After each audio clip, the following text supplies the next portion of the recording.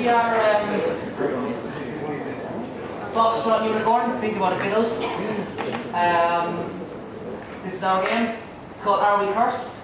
And we'll let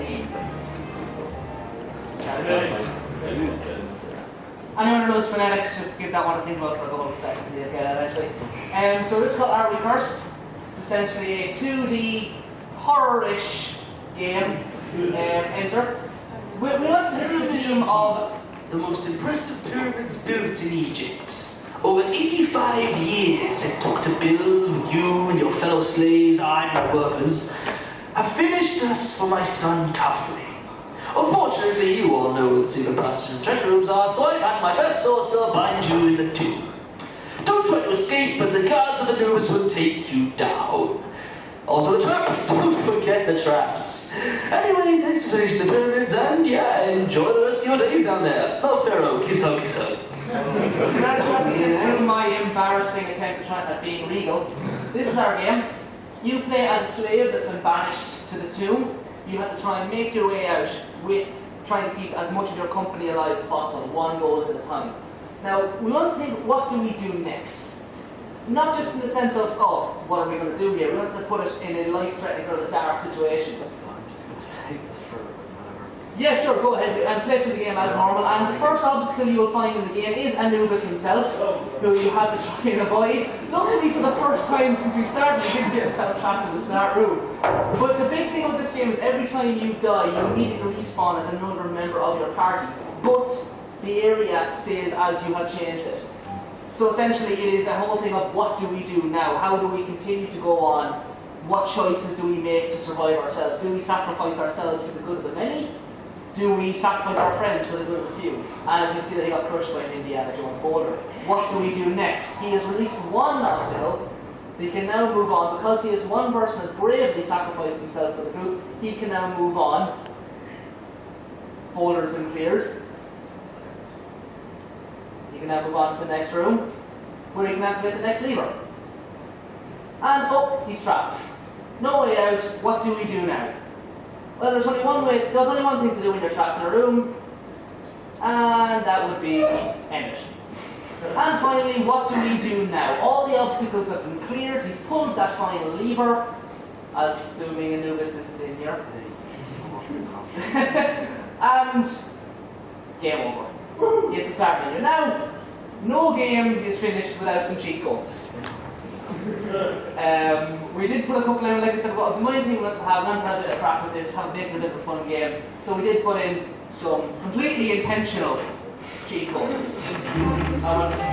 Completely intentional. And yes, we do like to remind you who we are. Pyramid of Giza.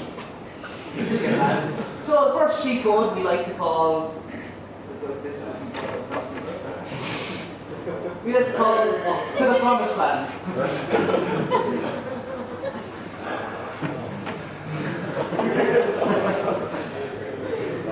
So all the little guys shuffling out there, and they mostly die. If you can actually make his way to the side, yeah, he's pretty much trapped.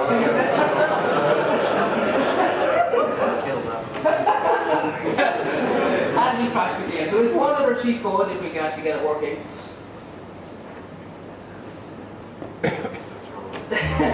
I'll try to find somebody. Remember the name. Remember the name, you sing it again.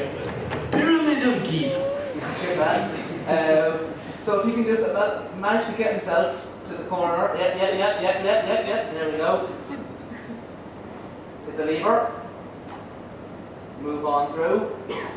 In here, hit the lever again. And you'll get to see our second little sheet. You're just going to spam it now. All coming together now.